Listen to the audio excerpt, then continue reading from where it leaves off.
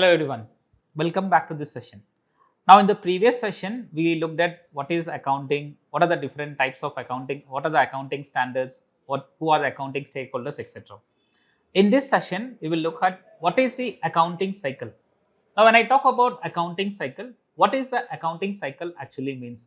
So accounting cycle involves a sequential or a series of steps that are involved in the accounting process. It starts right from recording of transaction until the final preparation of the final statements of accounts. Now, basically, the accounting life cycle starts with the identification of the transaction which need to be recorded, and the accounts journal entries are passed. Then journal entries basically goes to ledger, and through this one, the various accounting statements are actually prepared.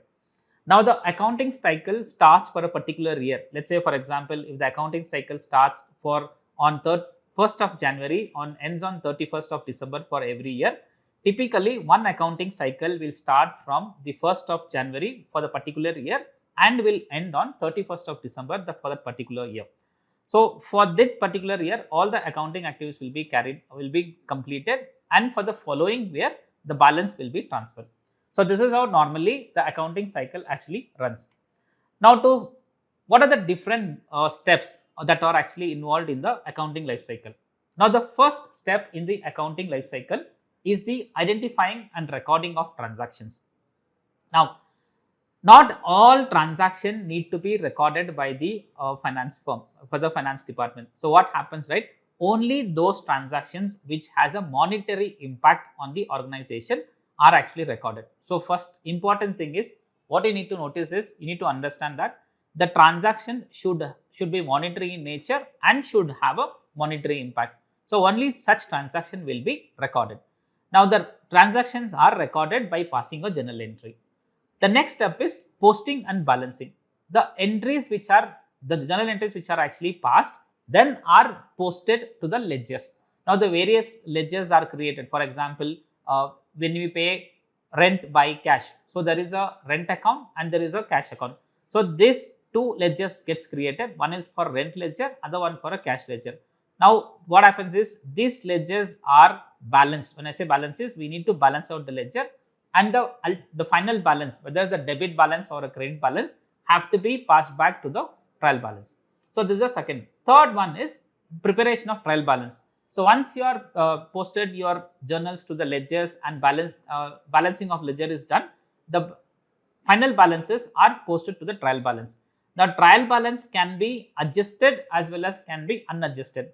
Now, what is unadjusted trial balance is, in unadjusted trial balance, we do not consider any adjustments. For example, like accruals of incomes or expenses or any prepaid expense or income are not considered, and the trial balance is prepared. This trial balance is called as a unadjusted trial balance.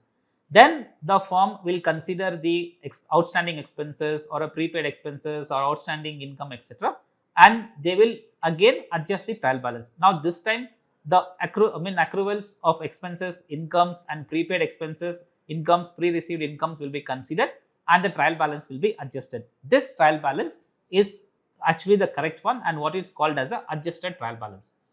Then once the trial balance is done, what we need to ensure that the trial balance total of debit side and total of credit side should match.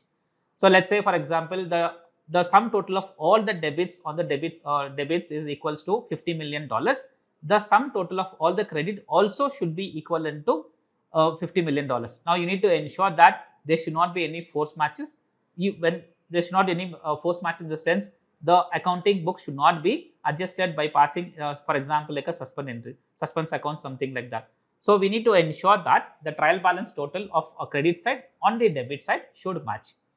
So, once the trial balance is ready, using this trial balance, various financial statements will be prepared. For example, the financial statement can be trading and loss account to find out what is the gross profit or gross loss incurred by the firm, or second thing is they will pass the profit and loss account or a P&L account, which is done to calculate what is the net profit or net loss.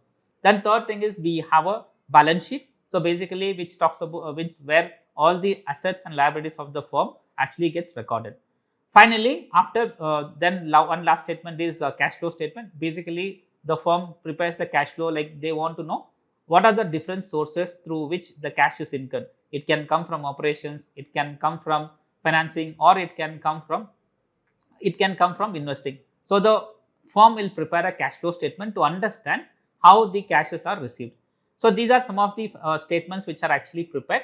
Then finally the books will be closed. In the sense is, after preparation all the things, at the end of the year the books will be closed. This is the cycles which is actually involved over here.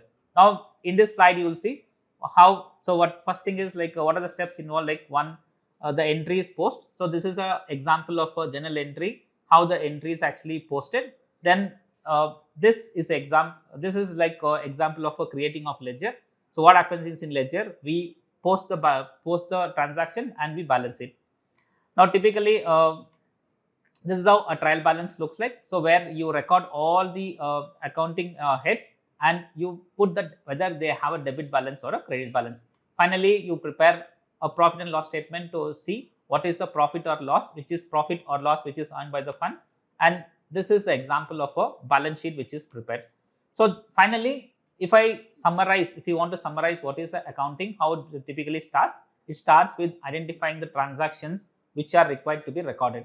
Then the transaction is recorded by passing the journal entries. Then the third stage is the ledgers, which are actually the entries which are journal entries are posted to the ledger and ledgers are balanced. Then the balance are moved to the four stages where the ledger balances are moved to the trial balance, and this is unadjusted trial balance. Then you adjust for any outstandings and prepaid expenses. Then finally you prepare adjusted trial balance. Now out of this adjusted trial balance you prepare the financial statements, and finally you stage number 9, you end the accounting with the close of books. So this is basically the accounting life cycle. Thanks for your time.